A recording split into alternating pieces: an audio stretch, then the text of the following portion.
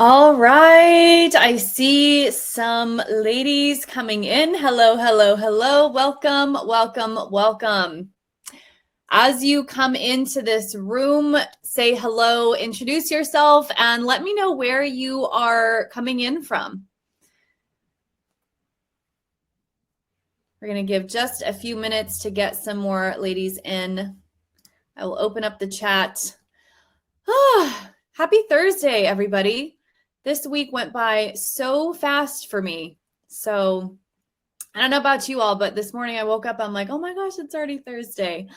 Hello, Amy. Hello, Ashley from Missouri, from Wilmington. Amazing. So good to have you ladies here.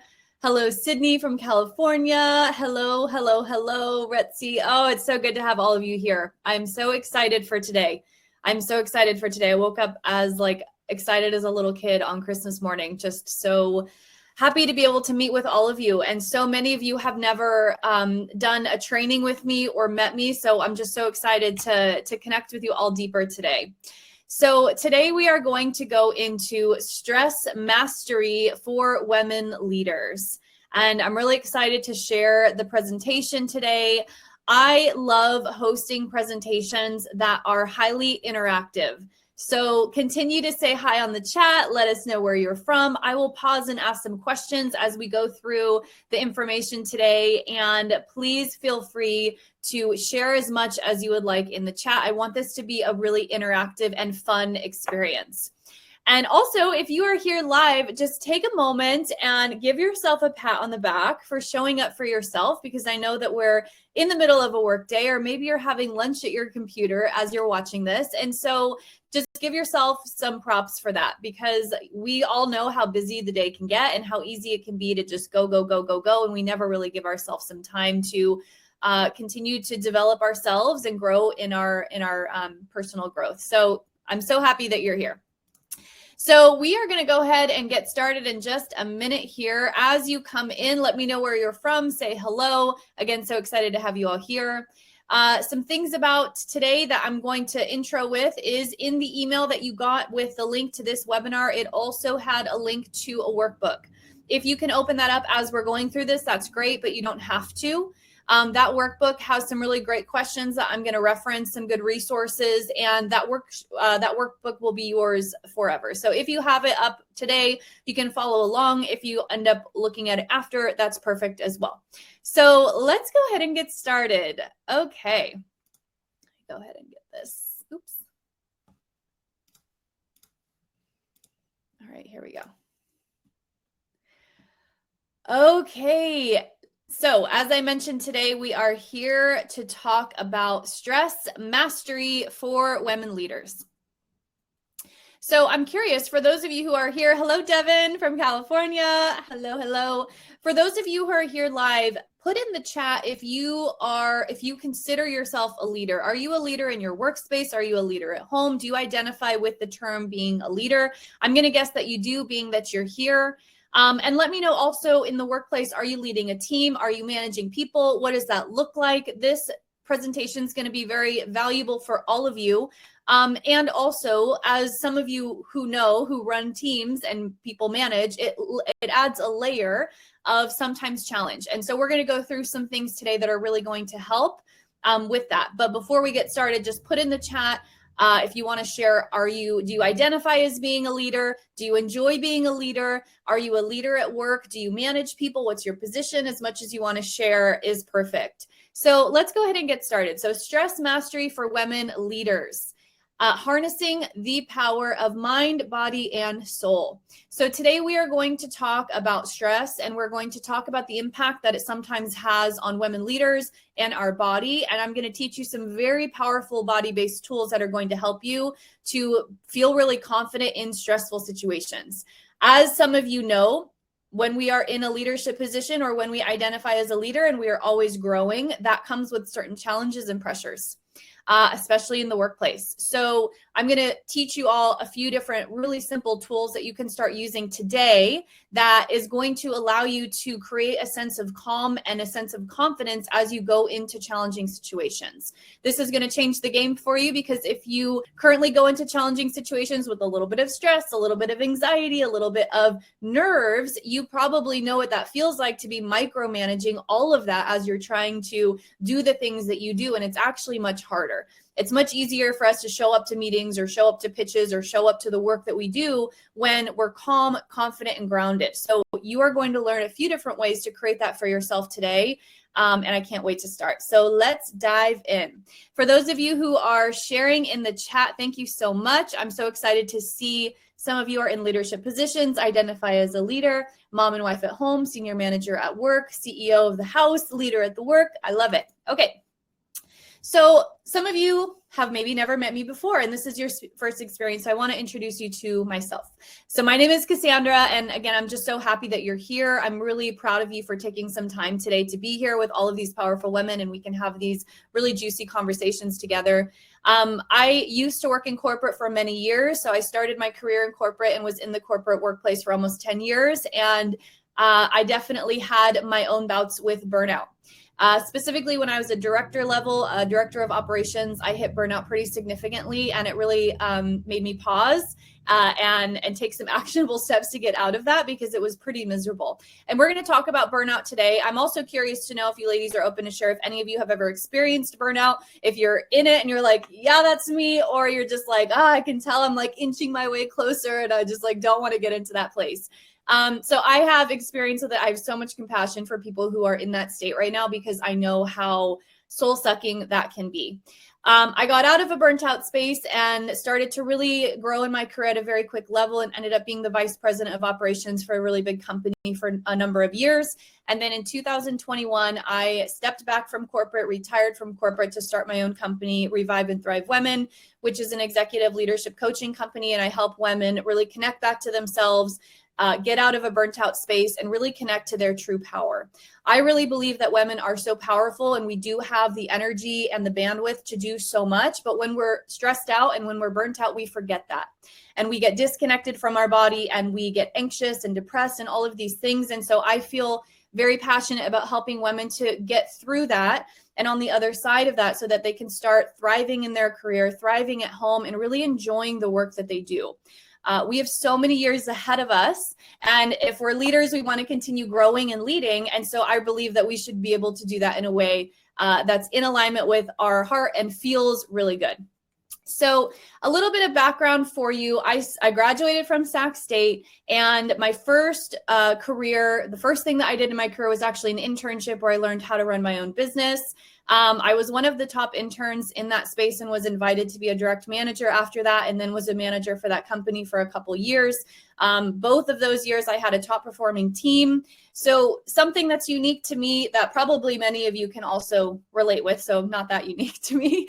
I've always been somebody who identifies as a top performer and a high achiever.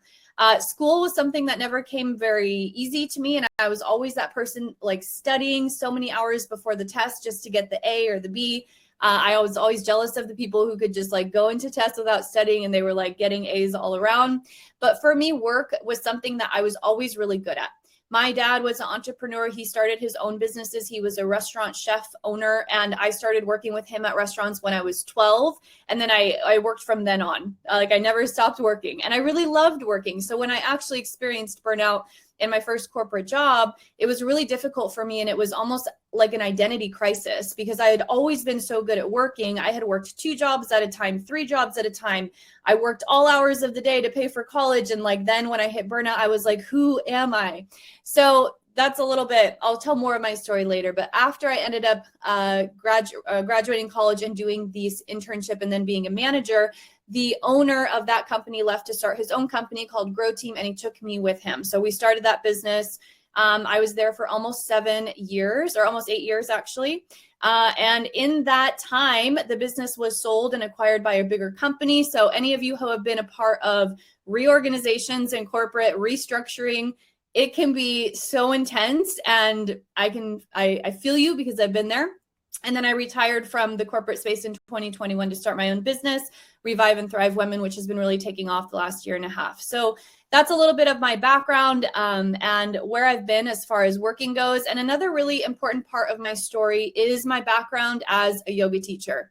So when I experienced burnout in 2016, when I was a director of operations, one of the things that I did to help myself get out of a burnt out space is I invested in yoga trainings. I ended up investing in a yoga teacher training, even though I never had any thoughts that I would ever be a yoga teacher. But what I did know is that I needed to learn how to calm down. I needed to learn how to chill out, because at that point, I was working so much. I couldn't say no. I had no boundaries. I had really kind of disconnected from myself. A lot of the symptoms of burnout, like feeling numb, all of those things were real for me. And I knew that if I could just calm down and reset my nervous system, I could probably get to a better place. And so I ended up investing in a 200-hour teacher training that completely changed my life. And I'll talk about this as we go through, because I want to get to the good stuff for you all. But this is an important part of my story, because this is the first time in my adult life that I actually learned how to connect back to my heart and back to my body. At that time, I identified as a very corporate leader, badass. I was running a sales organization that was all men. And because of that, I had kind of took on this toxic personality that wasn't really myself, but was a little bit cold. And I didn't really have a connection to my heart. And I now, looking back, believe that that is why I started to get into a really burnt out state, because I was so out of alignment with who I was as a person. But doing this training really opened my heart and opened my eyes to what was possible. And so I did the 200-hour training, and then I did the 300-hour training, and then I did the ambassador program, and then I co-led that teacher training, and I devoted 5 years to deeply studying true yoga. And that is a big part of my story, and it's part of how I help support my clients as well. So let's dive in today. Looks like some more people are saying hi in the chat, so good to see all of you. So where we are headed today, we're going to talk about the impact of burnout. We're going to talk about the impact of burnout on women leaders, and we're going to have a conversation around what we can learn about stress and burnout, because there are some little gold mines and wisdom that we can learn. We're also going to talk about stress mastery techniques. So I'm actually going to be teaching you a couple of techniques today that you can use to create calm in your body instantly. Sometimes we think in order to create calm, we have to do an hour yoga class or do 30 minutes of meditation. And the reality for many of us is that we don't actually have that time when we're in the middle of work and pressures are happening on all sides, right? So I'm going to teach you something today that's going to be a very, very quick nervous system regulation technique, and we're going to practice it together, and then you can leave here having that as a tool that you can use starting today. I also am going to open up a conversation around heart-centered leadership. So the importance of aligning your career path to your heart. Now, this is something that I love having conversations around, because again, I really believe that so many of us get into a burnt out space because there are so many misalignments in our life, and we're not really seeing those misalignments. We're kind of just in this hamster wheel of stress. Once we can learn how to connect back to our body and create some calm and connect back to our heart, we can start to see, oh, actually, this is out of alignment with who I really am. So I'm going to clean that up. And over here, that's a little bit out of alignment with who I really am. So I'm going to clean that up too.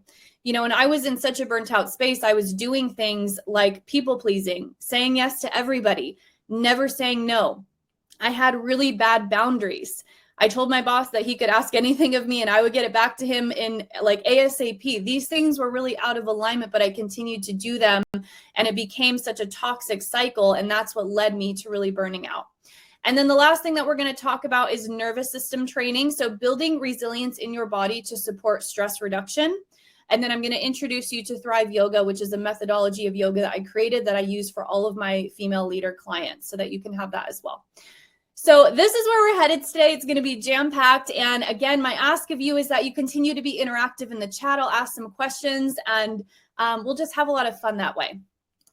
So let's, a couple things. So ways that you can stay connected with me. If you aren't following me on social media, on Instagram, I'm at Thrive with Cass. TikTok, I'm at Thrive with Cass.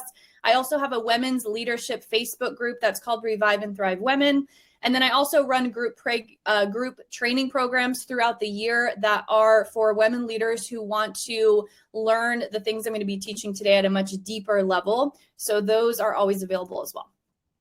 All right, so let's get into this. So let's talk a little bit about the impact of stress on female leaders. Now, before we get into this, I would love to know, for all of you who are here live, how many of you are currently feeling some additional stress at work? If you are, you can put a 1 in the chat. How many of you have felt like the last couple weeks, the stress levels have gone up? There's a little bit more pressure. There's more things to do. There's more being asked of you. If you feel that way, put a number 1 in the chat and let me know. So a KPMG Women's Leadership Survey found that in 2023, stress at work continues to escalate.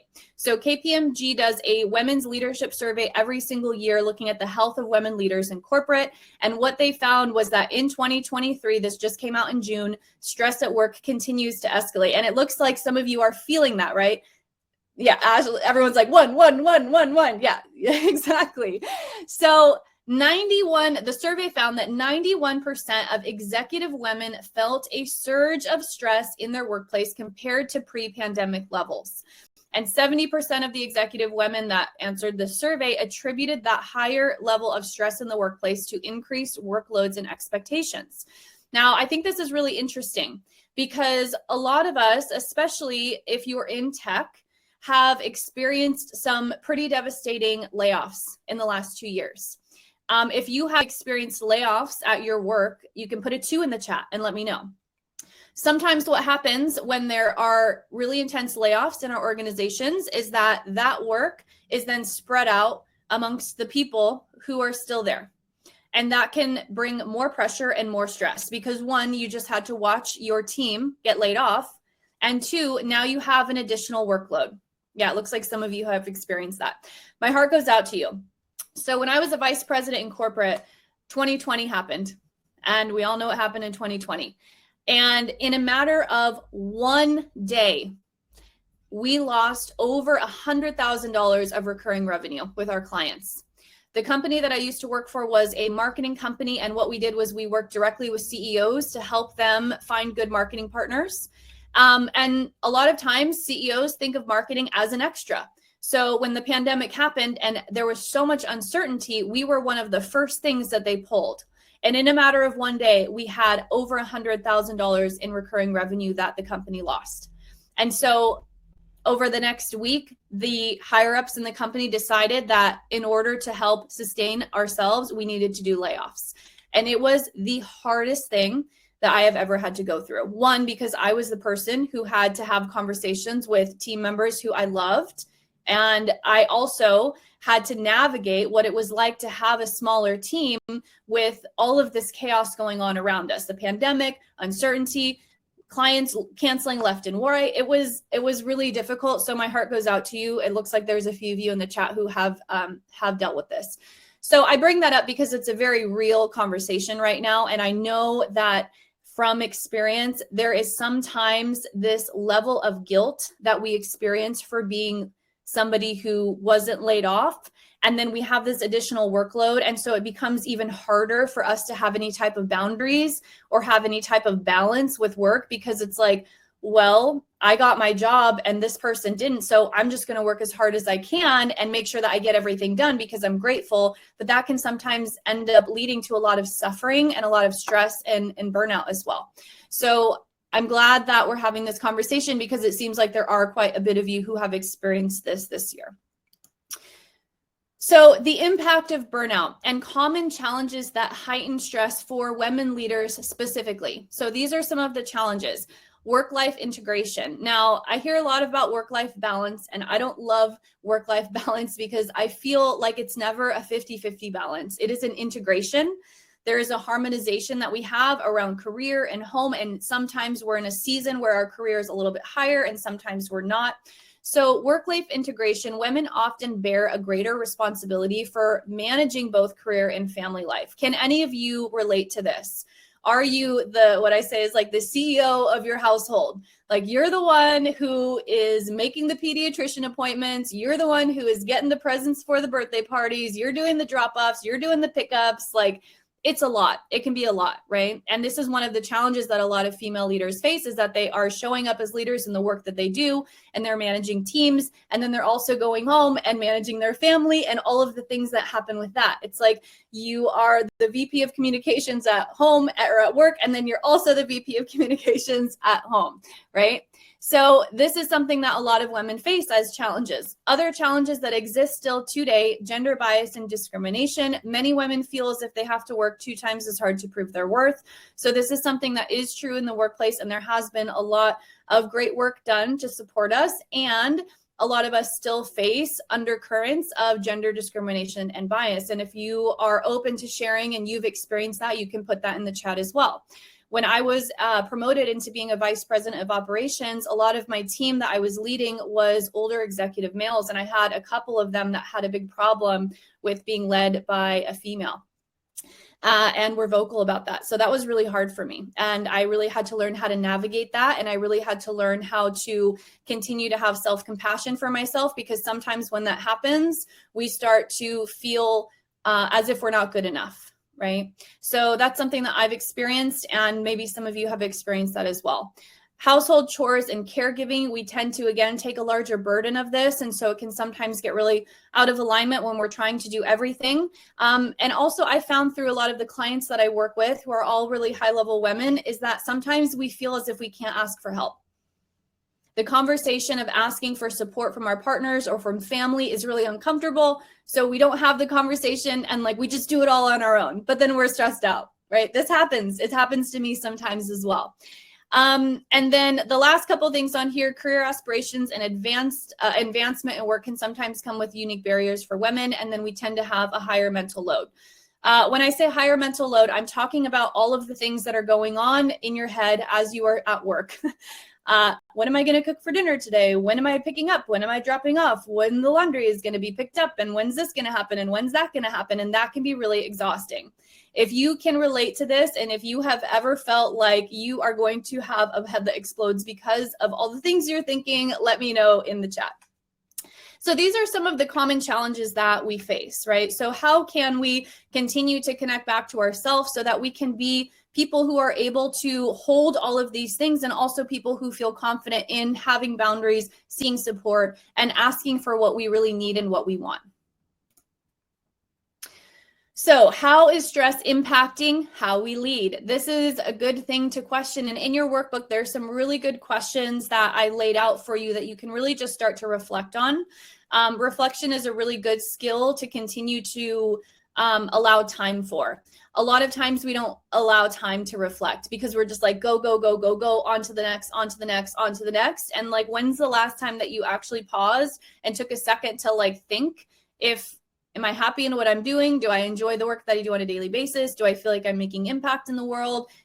Am I in alignment with my career any longer? Am I in alignment with what's going on over here any longer? Like, these are really powerful questions to ask yourself. And as you ask yourself these questions, you become more connected to yourself. You become more connected to your inner wisdom and your guidance and your intuition. And so the questions in the workbook will be really helpful for that. And if you are somebody who struggles with taking a moment to sit down and process and reflect, then like this is going to be so helpful for you. So how does stress impact the way that we lead and the way that we show up for ourselves, for our family, and for our work? Well, sometimes stress feels like we wake up tired. There's sometimes dread. It's like, I remember when I was working in corporate, I would wake up like a few minutes before my alarm went off because we always worked from home. I was like chugging coffee, barely taking care of myself. The minute I woke up, I was checking my phone to see like what fires happened at work. And I was just in it the minute that I opened my eyes. I never gave myself any space to just like wake up and be like, ooh, how am I feeling today?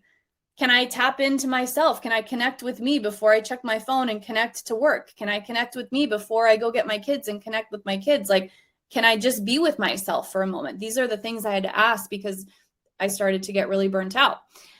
Nerves before a meeting. How many of you in this room get nervous before you go into a meeting?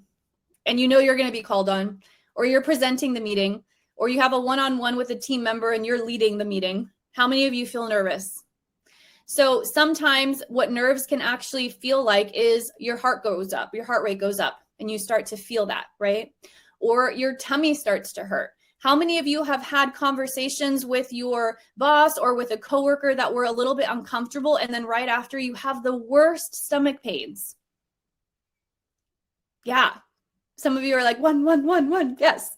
Yes. Times 1,000, 100, Katie. Yes. So shortness of breath is something else that we experience. So this is how stress is impacting us when we go to show up at work. And the question that we have to ask ourselves, because I know all of you want to make such great impact in the work that you do and show up as leaders and continue to grow on a personal level, are we showing up as our best self if stress is sabotaging our experiences?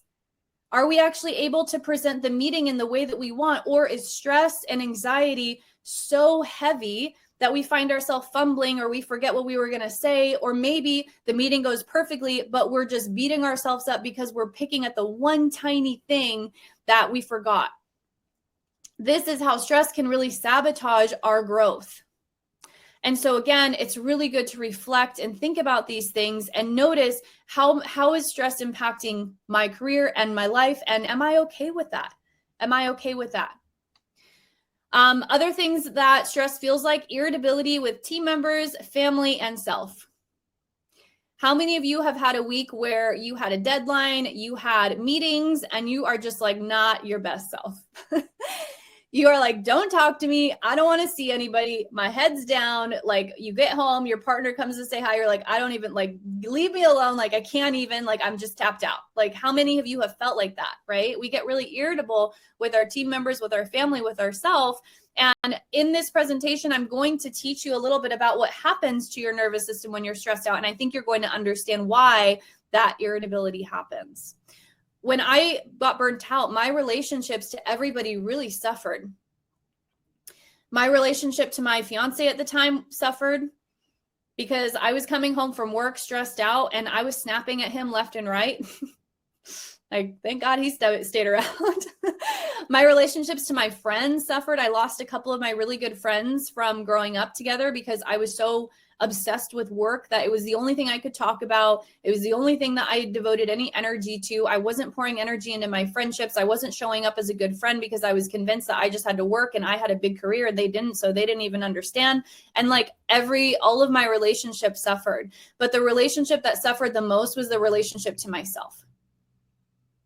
And that's hard because when we start to have a conflict inside of ourselves, that is really painful. That leads to a lot of suffering. And when I was burnt out, I started to feel like I was weak. It's like, why is this happening to me? I've always been a top performer. I've always been able to handle things. Like, why am I so stressed out? Why can't I handle it? There was also a lot of guilt that I felt because I did have a great job. I was a director of operations. I was making a lot of money. Like, my friends really looked up to me. But the thing is that the way that I was working in that job had become very toxic. And so a lot of times when we're really stressed out and when we're really burnt out, we tend to look at the external to fix these things and fix these things. So we might think like, oh, I just need to quit this job. I need to change my managers because my manager's micromanaging. But the minute I get a new manager, I'm going to feel better.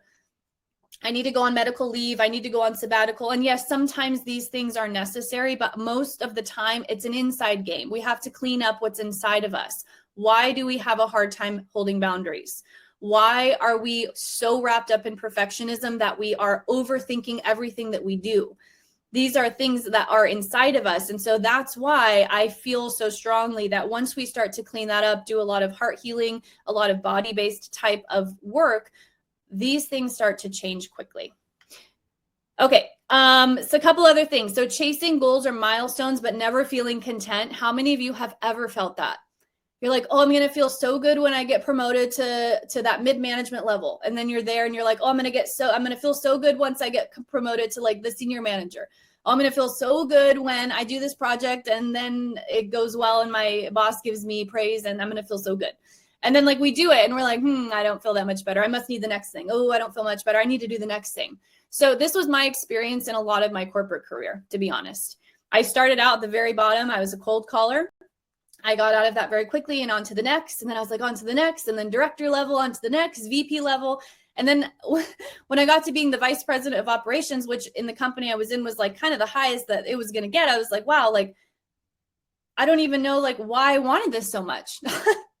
Like what I had like a bit of an identity crisis of like, wow, I got here and this was the goal. And now I'm at the goal. And like, I still feel like crap on the inside. So sometimes that happens, and maybe you've experienced that. Doubting your capabilities as a leader can definitely be something that happens when you are having a lot of stress. So we start to get stressed out. We start to doubt ourselves. We start to doubt our capabilities. Sometimes we doubt ourselves if we're even able to be in the career that we may have loved at one time. Like, how many of you have really loved the job you've been in, but then you're in a season right now where you're questioning a lot and you're like, can I even do this? Can I even do this? Right? So these are some of the things that you can look at and ask yourself, am I experiencing these things? One of these things, two of these things, all of these things? Growing your awareness around this, ladies, is the first step. And it is such a powerful step, because if we are not aware, we cannot change because we're not aware. So we just keep going in this cycle and we don't feel good and we don't know why, but we're just like, okay, it's just like one more day. We're living for the weekends and then we dread Monday, and like it's a vicious cycle. So start to grow your awareness by asking yourself these questions and start reflecting on them. And then just ask yourself, is this what I want? And if it's not what you want, then take action to change it, because we've got another, 20, 30, 40 years in our career. Like, we don't want to feel unfulfilled for the rest of our career. So we get to decide like, okay, I'm going to actually take action and make it change, because I don't want to feel like this anymore. All right. So I want to talk a little bit about nervous system and give you some education on nervous system, because I think it's really important to understand what's going on in your body when you are experiencing stress. How many of you have heard of fight or flight mode? If you have heard of fight or flight mode, put yes in the chat and let me know. So are you in a state of fight or flight often in your workday? This is something that we want to consider and think about. Stress can cause your nervous system to shift into the sympathetic mode, which is fight or flight. So we experience something stressful. Imagine that you walk into your day at work and you get an email from your boss. And in that email is some feedback that you did not want to see. What happens? Well, sometimes we go into a state of fight or flight. Our heart rate starts to go up. We start to sweat. We lose our breath. We lose our presence. We're in this frenzied state of like, oh gosh, like, what am I going to do now? Like, what's going on? That is your body going into a state of fight or flight. So, Retsy, yes, definitely look at the recording. I'm laughing at that is ironic, and yes, it happens.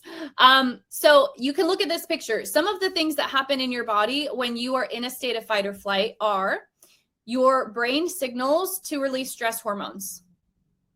So you've got stress hormones that are pumping throughout your body. Your heart starts to go up, heart rate goes up, acceleration goes up. Your digestion stops. Are you wondering why you experience stomach problems when you're stressed out? This is why. Your digestion stops. Your hands can start to shake. You start to get sweaty. You start to get tense. Your muscles tense up. All of these things can happen, right? So why do these things happen? Well, because our body believes that we are in a moment that is not safe and we need to get out of that moment fast. So our nervous system is there to support us. It's not the evil villain in this story. It is our reaction to stress that causes this to happen, and we actually can change that. So your stress response, fight or flight response, is there for you. If you think of like animals, it's like the elk getting chased by the lion in the savannah. The elk's body goes into fight or flight so that it can literally flee the lion that's going to eat it. So all of these things that are happening in the body are going to support that elk to get away faster. Its heart rate's going to go up. It's going to support circulation. Its digestion is going to go off because it doesn't need the energy to digest. It just needs the energy to get the heck away from the lion, right? The problem is that we perceive emails and meetings and interactions with our team as the lion. And so our body is constantly in this state. And that does a lot of damage. So some of the things, as I mentioned here, like you might start to think like, oh my gosh, that's so interesting. This is why my stomach gets upset when I need to go do public speaking, or this is why my heart rate gets up when I have to go and have a meeting with my team, right? Burnout happens when people experience chronic stress for a prolonged period of time. So imagine the scenario I gave you in the morning, or like you get the email in the morning from your boss, you have the response, you're in fight or flight, but then at 5 p.m., you're still thinking of the email and you're still in fight or flight. You're like, oh my God, it's been 8 hours. I've been in this like state of like so stressed out. That is so taxing on your body, because look at all of the things that your body is doing as you're in that state. So we wonder why we get off work so exhausted, so depleted. We want to have more energy so that we can go spend time with our family and go do the things that we love, but like we literally have nothing left. A lot of this is because we have this going on inside of us, and sometimes we don't even have awareness around it, right? So burnout is a signal that things need to change. And maybe you're like, well, I don't really feel burnt out, but I definitely experience what you are saying. Like that is a signal that things need to change, because burnout and chronic stress can actually do a lot of damage to our health. There are so many diseases that stem from stress, that stem from inflammation. And so we really have to clean this up. We just have to decide, okay, I feel this way and I need to take action to learn a better way, because this is not sustainable. It's not allowing me to really show up as the leader I want to show up as and make the decisions in my life that I want to make. And by the way, it could lead to so many different diseases down the line, which we don't obviously even want to play in that realm, right? Okay. So check in really quickly. How is everyone doing? Is this information helpful? Are you like having some light bulbs go off? Are you like, oh my gosh, now I understand why my stomach hurts before I go do the uncomfortable thing? Like this is all really good for you to know, because knowledge is power. So you may have never understood that your stomach problems are related to stress. And now you can understand that, and you can start to use some of the things that I'm going to teach you. So I'm going to now go into teaching. And I'm going to now give you some of the tools, because if you're like, okay, Cassandra, like, yes to all the things you said, but like, what do I do? What do I do? I'm going to teach you. Yes, it's yes, helping, yes, helping, yes, helping. Okay, so good. So good. Okay, so I'm going to teach you something today that is a stress mastery technique that is going to help you to create calm. So I love this picture because this is an eye of a storm, right? There's like the eye of the storm, and then the storm is swirling around it. When we are in leadership positions at work, when we have a lot of responsibility, when there's a lot of pressure in the jobs and the work that we do, and when we want to make a lot of impact, that comes with a level of stress that will always be there. I'm not going to be somebody who's going to tell you that there is a stress-free life out there, because there isn't. That's not real. However, we can learn how to react to stress in a way that is supportive, that is calm, and that is very powerful. So imagine yourself as the eye of the storm. Everything is swirling around you. You've got the deadlines, and the kids need to be picked up, and the little one got sick, and daycare is calling, and you had a health scare in your family, and all of the challenges that life brings are still happening, because those are part of the human experience. But you are so centered, you are so grounded, and you are connected to your personal power as all of that swirls around you. How do you think that you would show up to life if that was the reality? Because the reality is that what often happens is that we're pulled off center. Something scary happens in our family, and we're pulled off center, and we're suffering. Layoffs happen, our team is wiped out, we get pulled off center, and we're suffering. We kind of know that the job that we're in isn't really what we want. We're pulled off center from our in suffering. But when we are in the eye of the storm and everything is going on around us, but we can stay cool, calm, and collected, that is the vibe. That is where we want to be. Because from that place, then you can make decisions that are going to be clear and powerful decisions.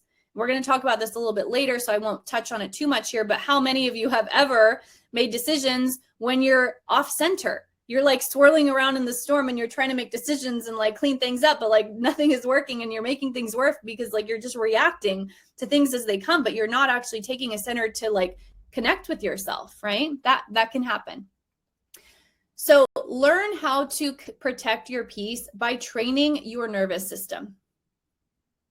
Learn how to protect your peace by training your nervous system so that you can become a woman who still has all of the stressful things around her, but you are centered, you are calm, and you are connected to yourself. You remember who you are. So we're going to do a little exercise, and then we're going to go into the teaching around this. So I want all of you to write down the top 5 things that cause stress at home or at work. And you can just write this on a piece of paper, or you can type it in the chat if you want to share, so we can see like what are you stressed out over there. It's helpful sometimes, right? Because I guarantee that a lot of the things are probably the same. So some examples: Zoom meetings get really stressful when they're back to back sometimes. Tantrums. How many of you have little ones? I'm curious. You can put a 2 in the chat if you have children. That sometimes can bring an additional layer of stress. I have a 2-year-old daughter. She is in tantrum season. Oh my gosh. I joke around with my clients often. A lot of my clients are also working moms, and it's like before having a child, I was like, I've mastered stress. I like climbed the corporate ladder. I had this big job, like I can do it. And then I had a child and I'm like, oh my gosh, like, here we go again. Okay. Refining the tools, practicing often. This is a new level. Like, wow, it's a lot. It's a lot. Okay. So write down the 5 things that cause the most stress for you at home or at work. Maybe it's having uncomfortable conversations with your partner. Maybe it's talking to your boss, thinking about deadlines. Sometimes uncomfortable conversations are a big stressor for us, right? But then not having them actually leads to more stress. It's like there's something happening in your home life and like you really need to talk to your partner about it. I actually just experienced this today. So I had to have an uncomfortable conversation with my partner around household chores because I'm like, I am doing it all, honey. Like, I need help with the vacuuming. So if I hadn't had that conversation, like he probably wouldn't have known, right? And then nothing would have changed. And I used to, in my past, never have these conversations because I just was convinced that I could do everything on my own. I didn't need any help. I was an independent woman. And again, that led to burnout. So, okay. So I'm going to teach you a stress mastery technique today. And before you go into these situations that you've outlined, you can actually start to use them and watch how quickly things can change. So some of the stressful things that you all are sharing, thank you so much for sharing. This is really helpful. So asking for help, Devin. Yes, this can be hard. Busy life schedule. Yes. Presenting at work. Yes. Working with a toxic team. Yes. How difficult is that? Messy house. Yes. All of these things. Definitely. So I'll say one thing about, for you, Rusty, working with a toxic team. There are, and actually we're going to talk a little bit about this as we go through this. But again, this could be an example of a misalignment. And maybe you already know this. Maybe you're like, oh yeah, I know. A lot of times what happens when we identify a misalignment and we want to make a change is fear gets in the way. I'm working under a toxic boss. I'm aware of this. He or she makes me feel like crap. And you've done some inner work. You've cleaned up the things inside of you. So you know, like, this is not a me problem. Like, I've done me. Like, this is not a me problem, right? Because that's actually step 1. Sometimes that will change when we start to change. Your inside world changes, your outside world changes. I see this happen time and time again with my clients. And sometimes we do have a situation that we need to leave and we know it, but we're too scared because that's scary. It's a big change, right? So sometimes that happens. And the thing is as you connect more deeply to yourself and to your power and to your heart, you're actually able to make those types of decisions easier. You still feel the fear, but you do it anyways because you protect your peace on a level that is so fierce. You're like, I'm literally not going to put myself in this situation any longer. I'm going to put in my notice. I'm going to find a new job. I have faith in myself. I have trust in myself. I know there's a company out there that loves what I do and the impact that I'm going to make. And like, I'm going to take care of myself. That's a powerful conversation. Instead of, oh gosh, like I know that I'm not supposed to be here. These people make me want to die, but like I actually still go through it because I'm scared. So relatable. So many of us experience that. So let's move on into the technique that I'm going to teach all of you right now. So inside of your workbook, ladies, you have a PDF that you can click on that is called Conscious Breath.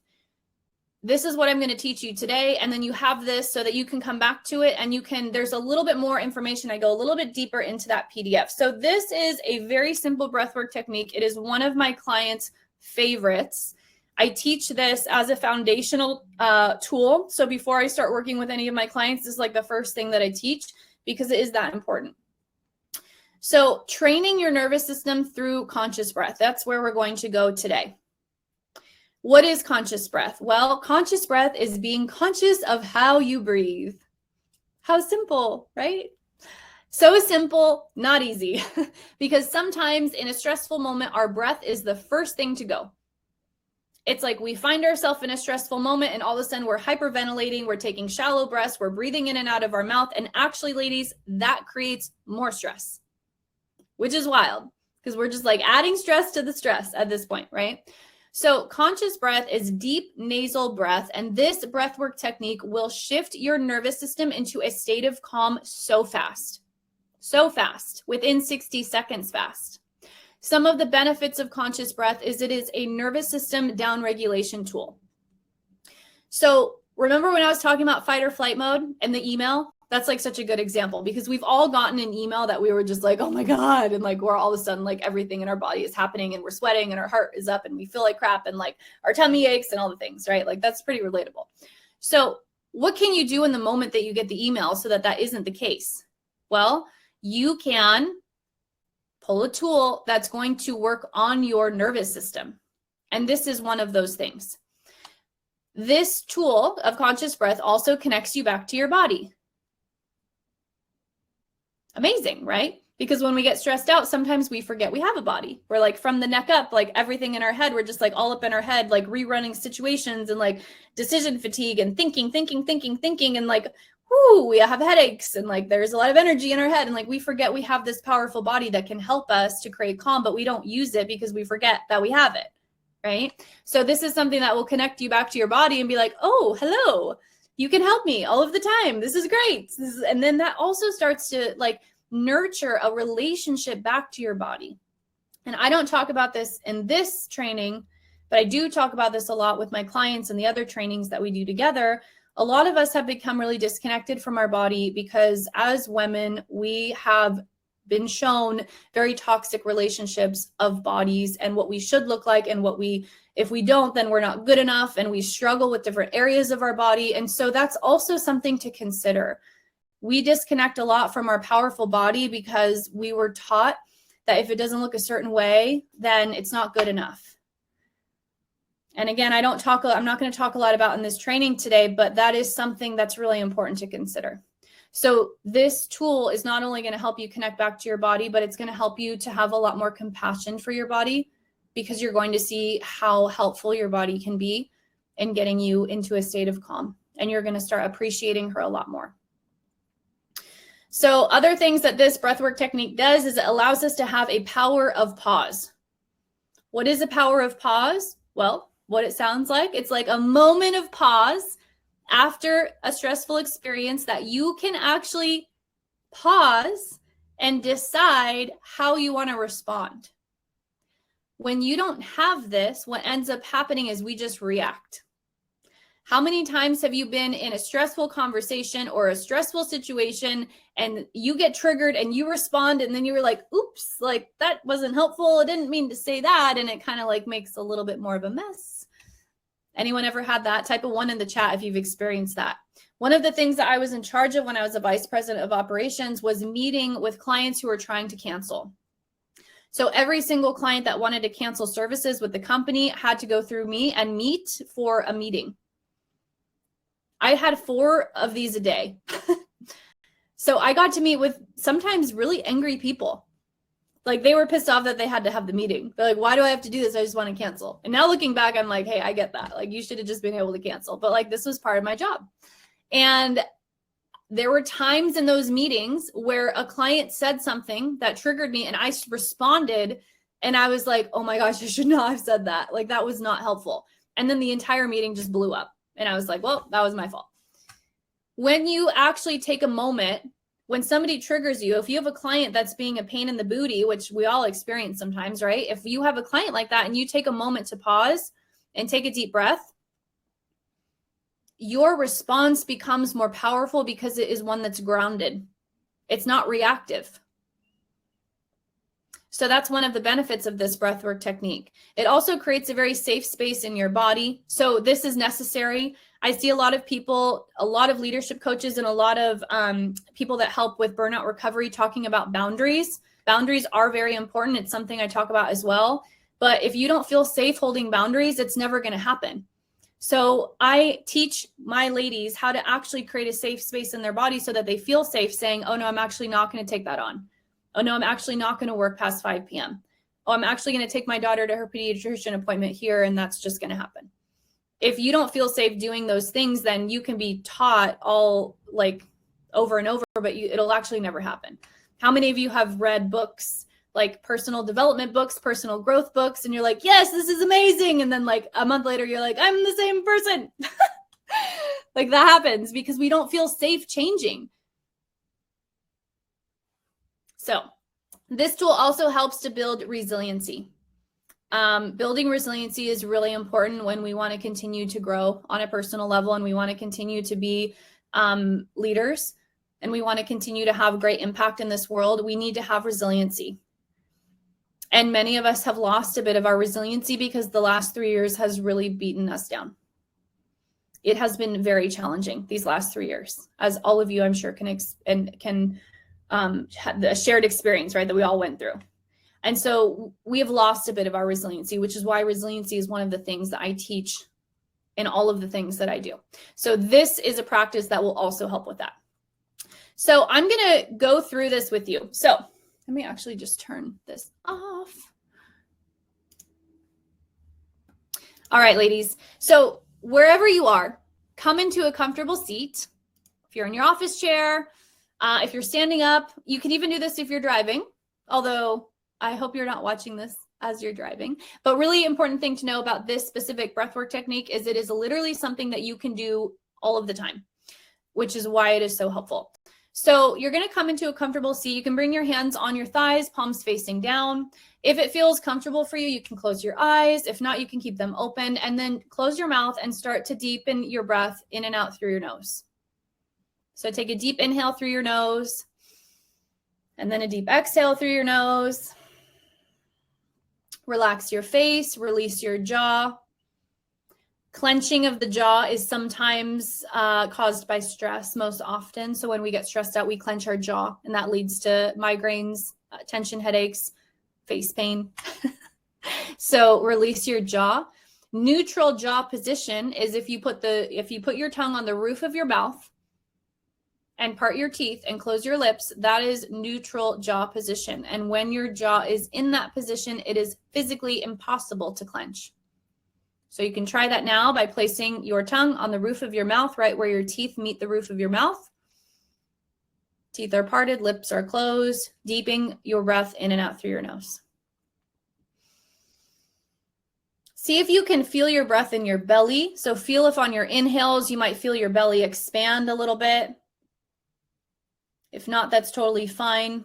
So deep, shallow breaths that are belly breaths are really calming. A lot of us, again, are pretty used to breathing in our chest and in our shoulders, and that can cause a lot of tension in this area.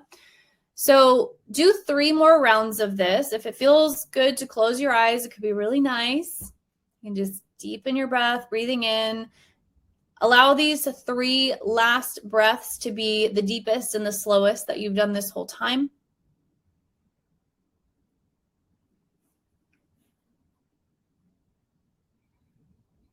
Notice that you might be feeling a little bit more calm.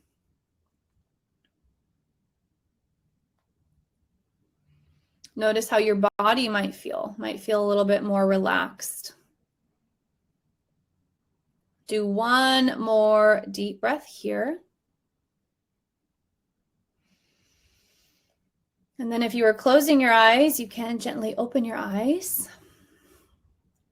Welcome back. Let me know how you feel in the chat.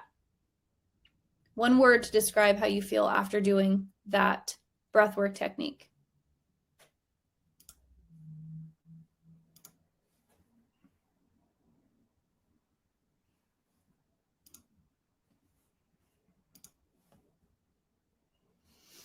So some of you might be feeling a little bit more calm. You might be feeling a little bit more grounded. You might feel like that was hard. How many of you felt like that was difficult? Sometimes that happens because we're so used to breathing in a way that is a little bit shallow through our mouth. And so when we're asked to do the opposite, our body is like, what are you doing? So if that felt a little bit difficult, that's totally normal. Continue to practice. And just like a muscle that gets bigger and better as we work out day after day after day, this breathwork technique will become your new normal. You will go through every stressful moment in your life with this breathwork technique happening at the same time. So relaxed, calming, chill, grounded. I love that. So good. So good. Amazing. This one thing, ladies, can change your life. Will change your life if you use it. If tomorrow you're like back to the like mouth breathing and you're like, oh, I completely forgot about that, then it's not going to change your life. But if you actually decide today, oh my gosh, this is something that is so user friendly is like the word that came to mind, but like this is so attainable, like I can use this at any time, any place, then commit to this becoming a practice that you do on a daily basis, and it will become the new normal for you and your life will change. I've had people that are like, really, that's so basic. I'm like, yes, talk to any of the clients I've ever worked with. They will tell you that this technique has changed their life. It is that good. So you've got the PDF now. You've got, you've seen how it feels in your body. Like you can start to do this now. And I'm so excited for you. Okay. So we're going to talk a little bit about heart-centered leadership, and then I'm going to teach you one more thing, and then we're going to wrap things up. Okay. So I truly believe that burnout is a sign that something is not right. There is a misalignment in our life, and it is trying to get our attention by the stress and by the burnout and by the things.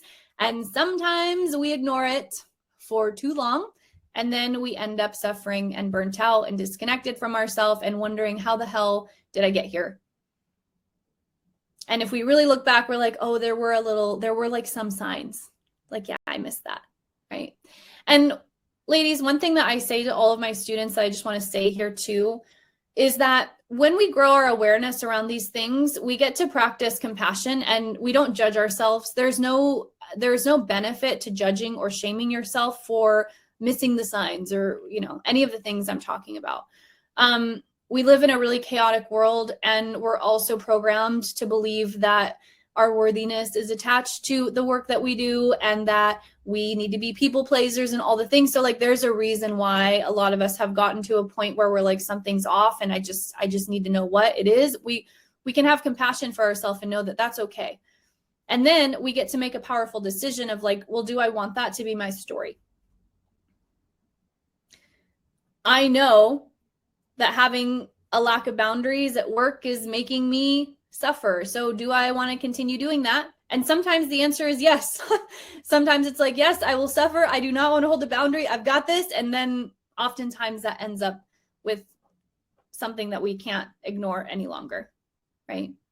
So as I'm going through this, just allow this to be a conversation and get curious. Just have some curiosity around it in a really light way.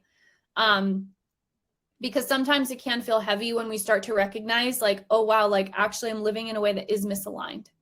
That can feel a little heavy, but the good thing is that you can change at any time. So misalignments are a sign that things need to change, right? Sometimes burnout is a sign that we're out of alignment with our core values and that we're disconnected from our heart. How many of you know what your core values are? Put a yes in the chat if you know what your core values are. Sometimes we're like, I have no idea. So when we are out of alignment with our core values, we start to feel that. We're like, oh gosh, this is not me, but I'm just going to keep doing it because I was told to, and then it doesn't feel good, right? So I'll give you a personal example. Yes, Amy knows her core values. Yes, Hannah knows her core values. Amazing. So good. If you don't, in the workbook that you got along with this masterclass, there are some things that you can ask yourself that will help you to understand your core values on a more intimate level. When I think of core values, I think of this. Every office has that poster, right? That poster that has like our mission statement, our core values. Usually it has like an American flag or like an eagle or something. And it's always like transparency, trust, honesty. Anyone know what I'm talking about? A lot of us haven't worked in an office for a long time, so maybe this isn't landing, but I remember back in the day, like in every office I ever worked at, there was always this poster that was like our mission value, our statement. And like when I was onboarded into the company, they were like, this is our values, this is our mission statement. And then what happened when I started to see that company act outside of their values? I'm like, this isn't right. Like your value is transparency, but you're doing all of these things that aren't transparent. Like, well, it's the same with ourselves. If our value is family, or our value is connection, or our value is heart, and then we start to act out of alignment with those values, we start to know on a deep level, sometimes even a subconscious level, like we know. And if we continue to do that, that can lead to suffering, it can lead to stress, and it can lead to burnout. And I think this is a really important conversation for leaders to have, because as we're growing in our leadership, sometimes we are pulled off our own center in order to fit into a box that the leadership role has, but it's not us. Sometimes we chase promotions because we're attached to the title, but then when we get into that position, we're like, this is really out of alignment with who I am. One of the women that I work with started working with me 1.5 years ago, and she was really burnt out, almost going to quit. And she was in corporate finance. And I'll just tell this story very quickly because it speaks to this.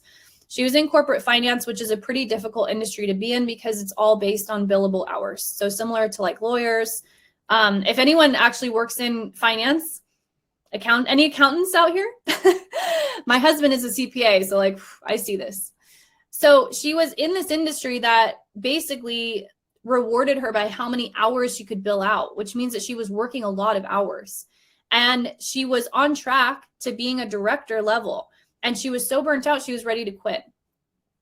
And so we started working together. She entered one of my programs called Burnout To Breakthrough. We worked together in that. And then she continued to be a private client of mine. And she's actually on her 3rd round of private mentorship with me.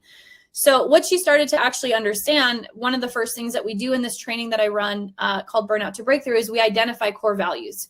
And she started to realize that one of her core values was family. She had 2 daughters. She really wanted to spend more time with them. She wanted to be invested in some of the extracurriculars that they were doing, but she was always working, and that was out of alignment with her values.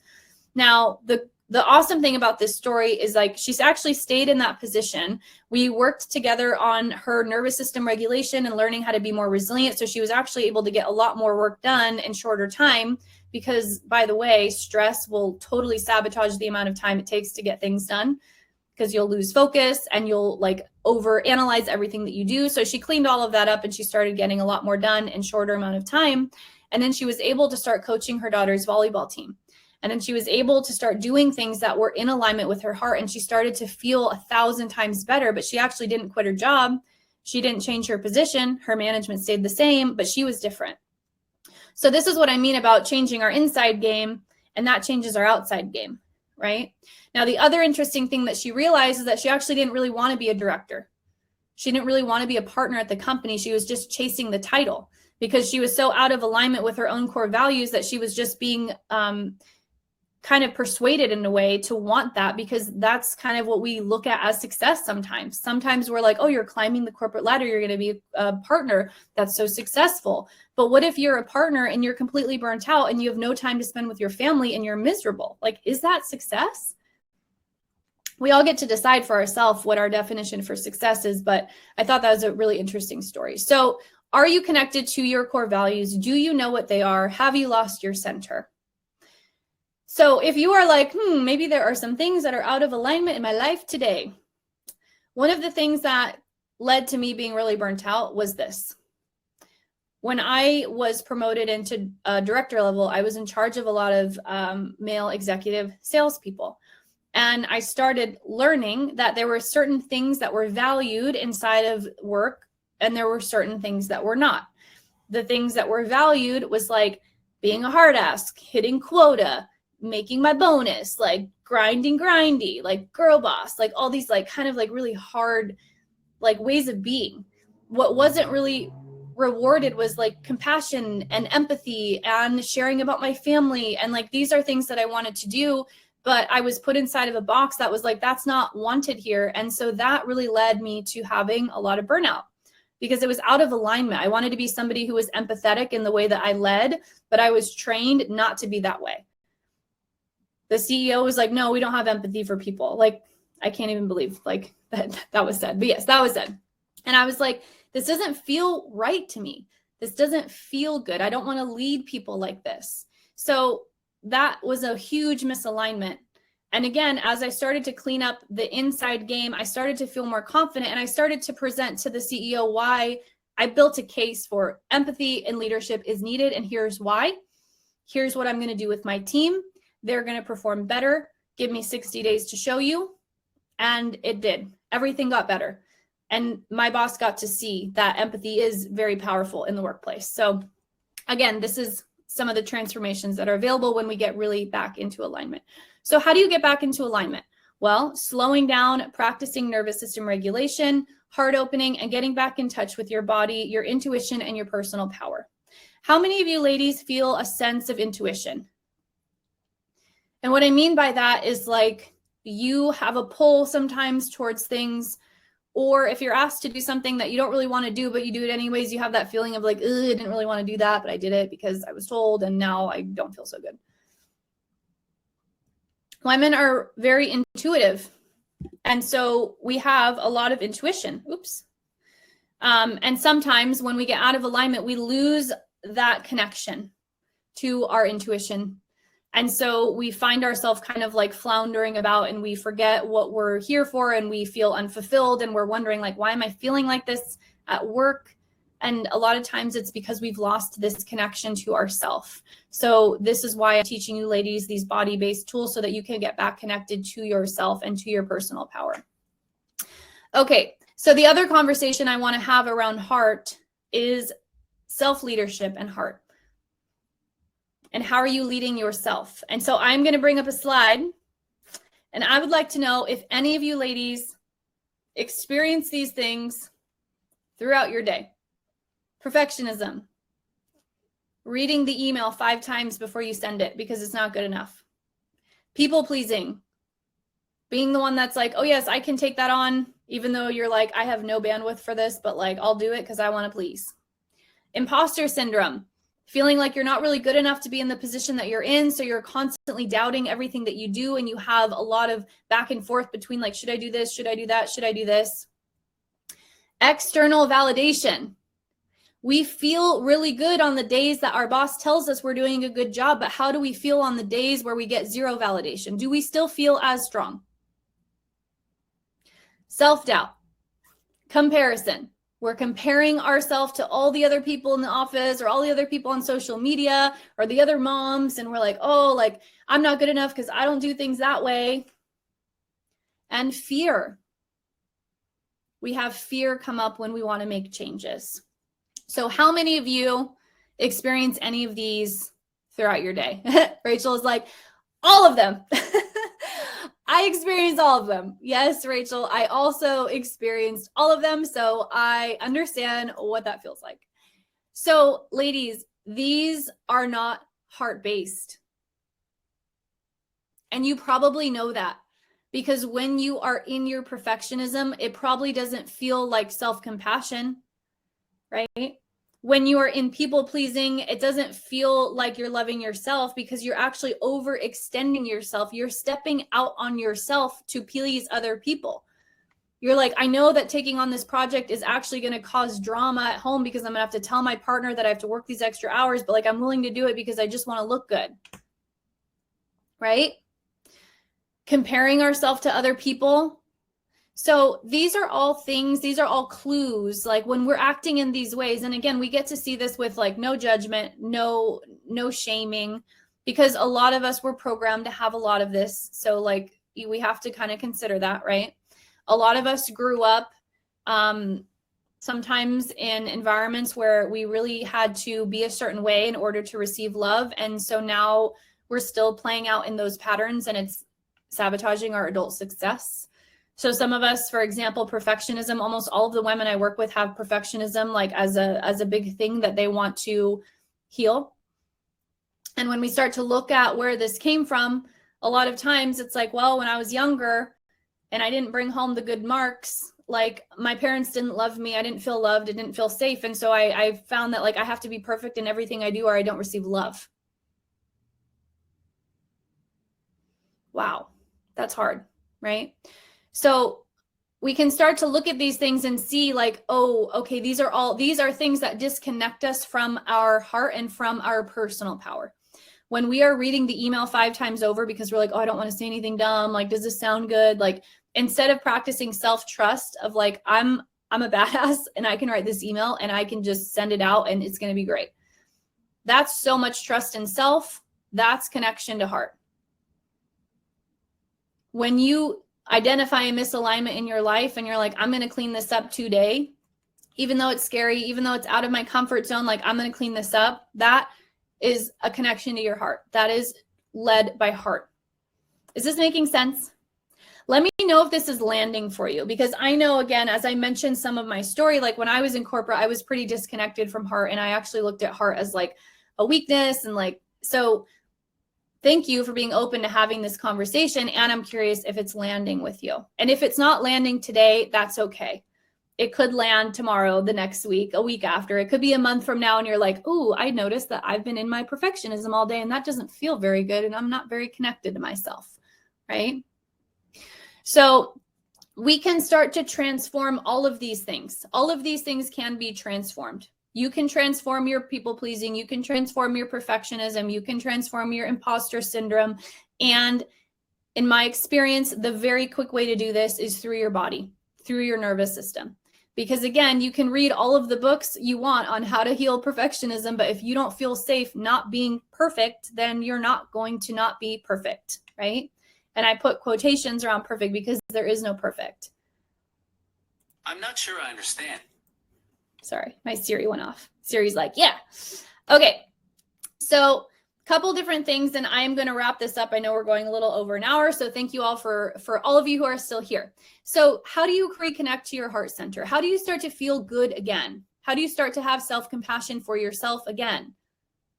Well, self-compassion practices are a great way to start. Again, there is some more information and written out questions in the journal or workbook that you got with this that you can start to journal on and start to get curious around.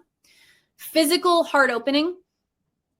Who here has ever practiced yoga? If you have ever practiced yoga, type yoga in the chat. So in yoga, this is a really good example. There's heart opening poses where you open your heart. And a lot of times it's like the most uncomfortable ones. You're like, oh my God, like this feels so uncomfortable. Because a lot of us, not even just on an emotional level, but on a physical level, most of us are working at the office with our shoulders hunched forward and like working like this. And we're actually collapsing our heart, which does have a physical impact on the way that we feel. Wow. That's mind-blowing. When we start to open our heart just in the physical realm, we actually start to have heart healing on the emotional level. Our mental health gets better. So heart opening practices are really, really, really powerful and something that we can practice every single day. Gratitude practice. So having a gratitude practice where in the morning you just feel 3 things that you're grateful for. And I'm going to emphasize the word feel. There's a lot of people who teach gratitude practice out there who are like, write down 2 things you're grateful for. And like, a lot of people are like, okay, I'm grateful for my life. I'm grateful for my food. I'm grateful for my job. They close the journal, they move on, nothing changes. They're like, wow, gratitude practice doesn't work. Well, gratitude practice can actually be a very powerful practice, but you have to feel it in your body.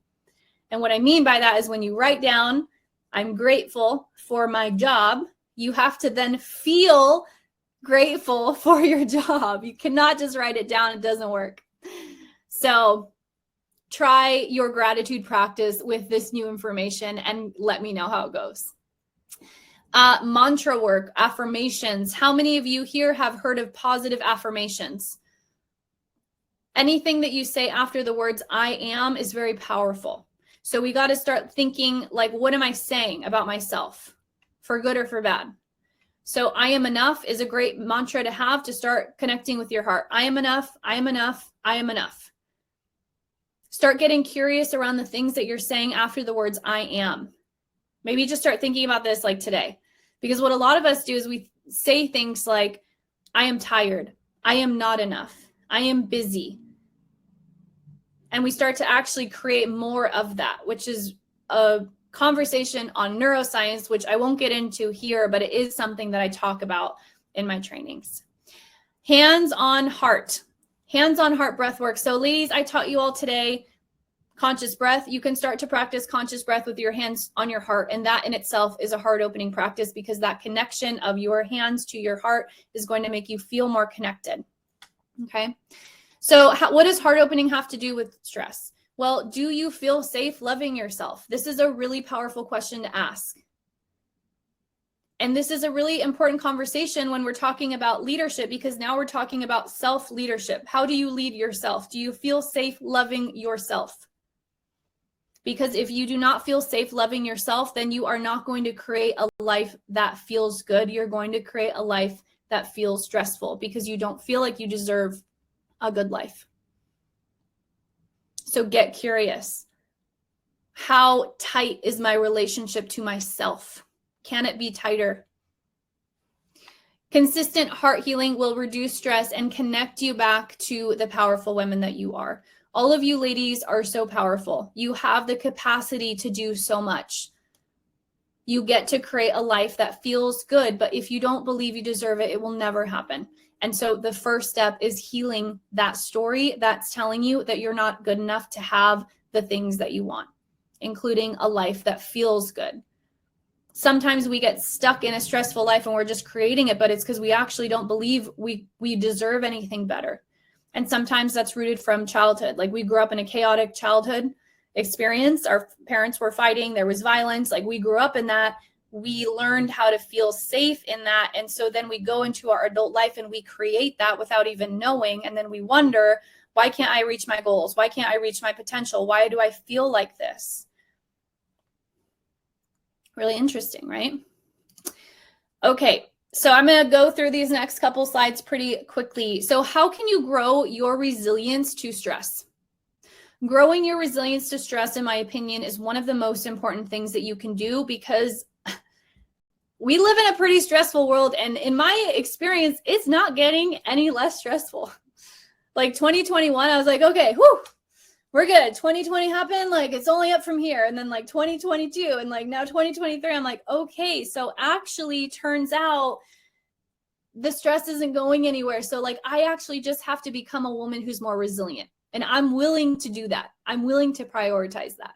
So how do you become more resilient to stress? The main way that you can do this is through movement. Movement is essential because we process stress through our body.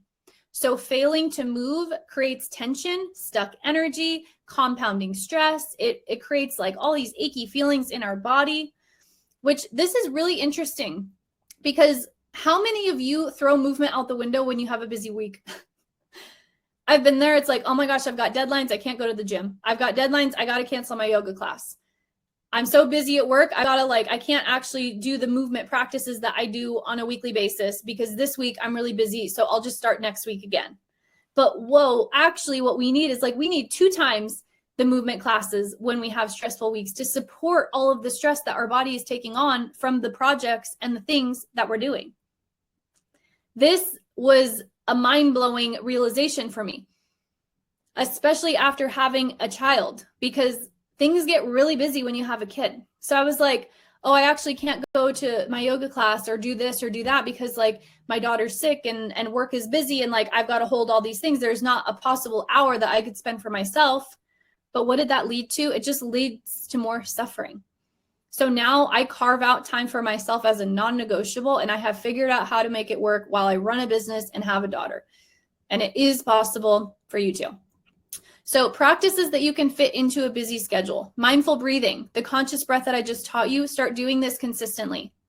Thrive Yoga. Thrive Yoga is a methodology, a way of moving that I have created that I will share a little bit more about. It's very effective and it doesn't have to be like 1 hour, 2 hour, 3 hour classes. Body scanning. You can take 5 minutes to scan your body and notice where you're holding tension and then let it go. Stretching, unplugged walks, emphasis on the word unplugged. So I live in Oakland, California, right next to a place called Lake Merritt. I don't know if any of you know where that is, but it's a beautiful recreational lake that's literally right in front of my house. I'm looking at it right now. And I walk the lake often, and I try my best to leave my phone at home. And on the days I leave my phone at home, I'm like walking with my dog. I'm like trying to make eye contact with people like, hey, how's it going? I'm smiling. And everyone is literally, I don't have my phone around here, but everyone is like on their phone, head down, walking. And I'm like, wow, how connected we've become. Sometimes that level of connection isn't as healthy if we're not allowing ourselves to unplug and connect to the real world. Low intensity exercise is also a really great way that you can grow your resiliency to stress. I'm going to say something really quickly about exercises. When we are burnt out, when we are experiencing a high season of stress, HIIT workouts, spin classes, high intensity actually is sometimes not supportive. I never knew that. So when I was in corporate, I used to love SoulCycle. I used to love really high intensity spin classes. I would have like a really stressful day and then I would like go to SoulCycle and just like spin it out. And I still didn't feel that great. Like it helped a little bit, but it didn't help a lot. Well, the thing is that physical movement is stress on your body. And that's actually a good thing. That's how we build resilience to it. However, if you're in a season of high stress or you're burnt out, you don't have a lot of extra energy. And so that will deplete you more than it will help you. So low intensity exercises like restorative yoga, a walk around the lake, something more low intensity is actually going to support you and make you feel a lot better. But a lot of us don't know that. Okay. Thrive Yoga for leaders. So Thrive Yoga is an alignment-based hatha yoga that results in a deeper connection to yourself. So some of you mentioned that you have done yoga, that you like it, you love hot yoga, which is awesome. Thrive Yoga is one of the tools that I teach all of my women leaders to help them grow resiliency through their body. This is a methodology that moves stress through the body. It's a methodology that simultaneously creates calm while building resilience to stress. It moves energy through, sharpens your focus, increases natural energy, and it's been a really big life changer for a lot of the students who have worked with me. So you will find more about Thrive Yoga on the emails that you get from me. I'm actually going to be starting a Thrive Yoga membership soon, so there will be more on this, but this is something that I offer for women leaders who want to start building their resiliency to stress. Okay, so to wrap things up, chronic daily stress can lead to burnout. Do we understand why now? After learning what you've learned around your nervous system and what fight or flight does, can we start to understand why it starts to take a big toll? Your body will tell you when you're stressed out. The question is, are you listening or are you ignoring? And again, non-judgment towards self, just like, oh yeah, that's actually a good question. I am not listening to my body. Do you want to start? Stress Start using the stress mastery technique so that you can create calm in the chaotic times. This is going to help so much, ladies. It will literally change your life. You will become a woman who is in the center of all of the swirling things, and you are calm and you are grounded and you are tapped into your power, and that will change your life. Grow your resilience to stress so that you can become unstoppable. We all have big dreams and what we want, and those are all different and unique to us. But we all want our lives to look a certain way. And if we are getting blocked from that, you can bet that it's probably because of stress. It's probably because of fear. It's probably because you don't trust yourself. When you start connecting to your body and to your heart and making moves, you will start to trust yourself more. You will start to create a life in which you love and you are excited to wake up for in the morning. Is your career in alignment with your heart, and do you feel happy? Again, more questions like this in that workbook that you have. You can start to reflect on this. Conscious breath and Thrive Yoga as a tool to build your strength. So these are different ways that you can grow your resilience. And please just remember that you are all such powerful leaders and you deserve to feel good. And sometimes we forget that. So I'm here to tell you that you deserve to feel good. Okay. Okay, so let's wrap things up. So what can you focus on next? So what are the next steps for you? You're like, okay, I learned a lot today. This is all good. I'm going to implement now. What are some of the things that you can focus on next? Well, today we talked about nervous system awareness. We talked about conscious breath, and we talked about an introduction to heart healing. So where can you go from here? Building a resilient foundation. Building a resilient foundation is taking a look at the foundational basics that are going to help you to be healthy and have a life that feels good. So sleep hygiene, mental health, movement. Nervous system regulation. So today we introduced nervous system, now learning how to regulate your nervous system. Do you have a strong connection to your body and to your nervous system? And can you start working on that? Advanced heart healing for leaders, working on your heart consistently and healing any of the wounds or stories or narratives that are telling you that you're not good enough. This is essential. If this doesn't get healed up, then nothing else is going to work. And then getting in alignment, making a big impact in what you do and taking aligned action.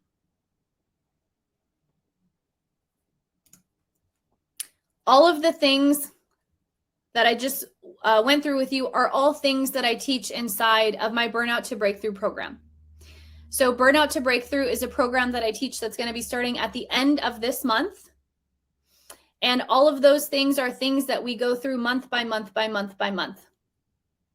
This is a program for women leaders who really want to start changing things. It's not for everybody. It's a bigger commitment. 6 months is a long time, right? And it's a really good program if you want the support and the accountability and you want to learn from somebody who's been through it, who can teach you how to start recovering from stress and building your resilience so that you can become unstoppable and start creating a life that feels really good. So if Burnout to Breakthrough is something that sounds interesting to you, you can book a connection call with me and we can discuss that. I will go through some of the things that it includes. I will also send emails to all of you around this. So I'm putting a link right now. A connection call is a free call with me to discuss the program, what it includes, if it's a good fit, and if it's going to be something that is going to be good for you to do right now. That's the link that you can connect. I've opened up spaces in this weekend so that I can connect with as many of you as possible because there is a masterclass offer that I'm going to give to you if you are here at this masterclass, either live or on replay. So if you are here live or you're watching the replay,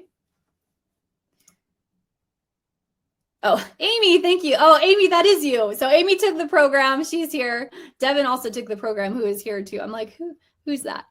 So you can book a connection call. This is for you if you have some of these things happening and you don't want this any longer. So if you're somebody who is always running through work projects, you wake up in the middle of the night, you wake up feeling tired, you never have that energy, your work is stressful, it just keeps getting more stressful, you're getting more workload, and like you just know that it's not sustainable. But what you want is you want to be able to handle work. You want to be able to set boundaries. You want to be able to prioritize taking care of yourself. And you want to go home feeling like you have energy to spend time connecting with your family or doing the things that you love, I will teach you how to do this inside of the Burnout to Breakthrough program. And I will teach you through Thrive Yoga, nervous system regulation tools, and heart healing. So all of the things that I talked about in this masterclass today are things that I go way deeper into in that program. These are some of the testimonials that people have sent me from doing the program, which I will include in some of the emails that I send to you. And again, if you want to join Burnout to Breakthrough and you are part of this masterclass, there is a special offer of $1,000 off that I will offer to all of you. And that is available until Monday.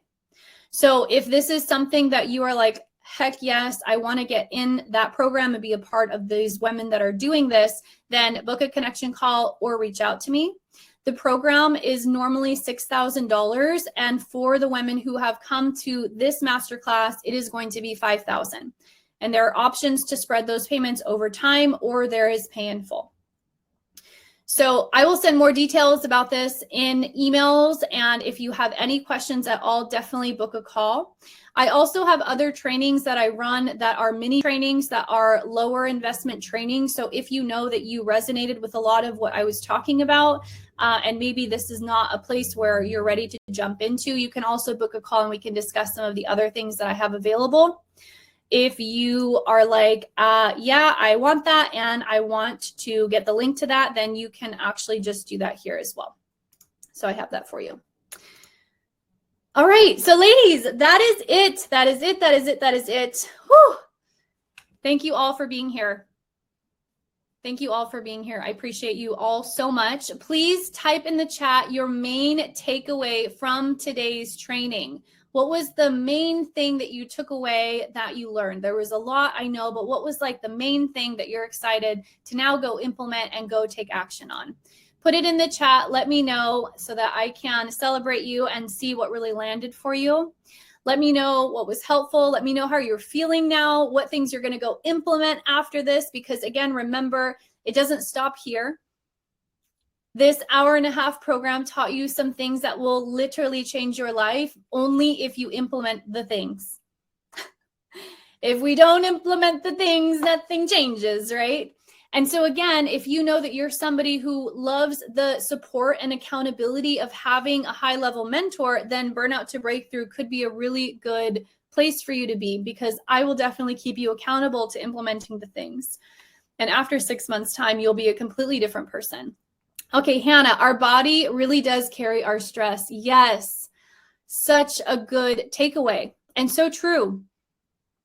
Amy, take a deep breath and don't let the negative talk take over your time. Yes. Becca, to have an outside game, you need a good inside game. Yes, I love this so much, and I'm so happy that that was a good that was a big takeaway. I see a lot of leadership coaches because I'm in this world. And so I look at my colleagues and what they're doing, and I see a lot of coaches talking about a lot of the external things. And the external things are important, of course. However, if we don't feel good inside, if we don't feel worthy inside, if we're not connected to our heart inside, then all the things that we go to change in the external, it's not actually going to work. I work with a lot of women who were burnt out and they quit their job and they go to another job and they have a honeymoon phase where everything feels great. And then a few months later, they're burnt out again. And so they come to me and they're like, please help. It's because nothing changed inside. You know, as I was talking about in my experience when I was working, when I was burnt out, I had created a toxic relationship to the work I was doing, not because of the work, but because of me. And my feeling like I always had to be performing and perfect and people pleasing and never saying no, that was me.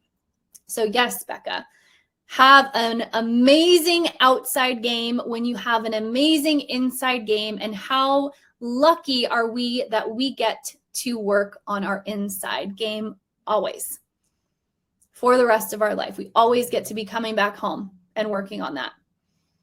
I love it. All right, ladies, that looks like all the takeaways. Thank you all so much. Again, if you want to connect with me, you can do so on social media. Thrive with Cass. If you have any questions at all, you can respond to my emails.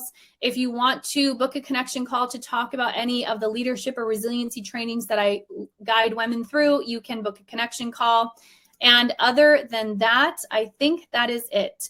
So I will leave 2 minutes for any questions that anyone might have. So if you have any questions, I will allow for a couple questions in the chat. Anything that you want to ask that's personally going on in your life or experiences that you're having, or a little bit more refinement on some of the things that I taught, you can ask here. If not, that's perfect as well, but I do want to give you some time to ask. So any other questions that you ladies have for me?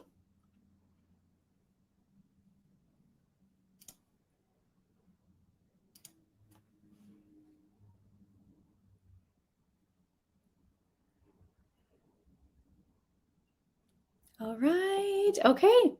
Have a wonderful rest of your day. Take these tools, start implementing them, and you're going to see a difference so fast. It was so good to meet all of you. If this is your first time being inside my world, taking a training of mine, thank you so much. And stay connected either through social media or through my email list. But anyways, I will see all of you later, and have a wonderful rest of your day. Bye-bye.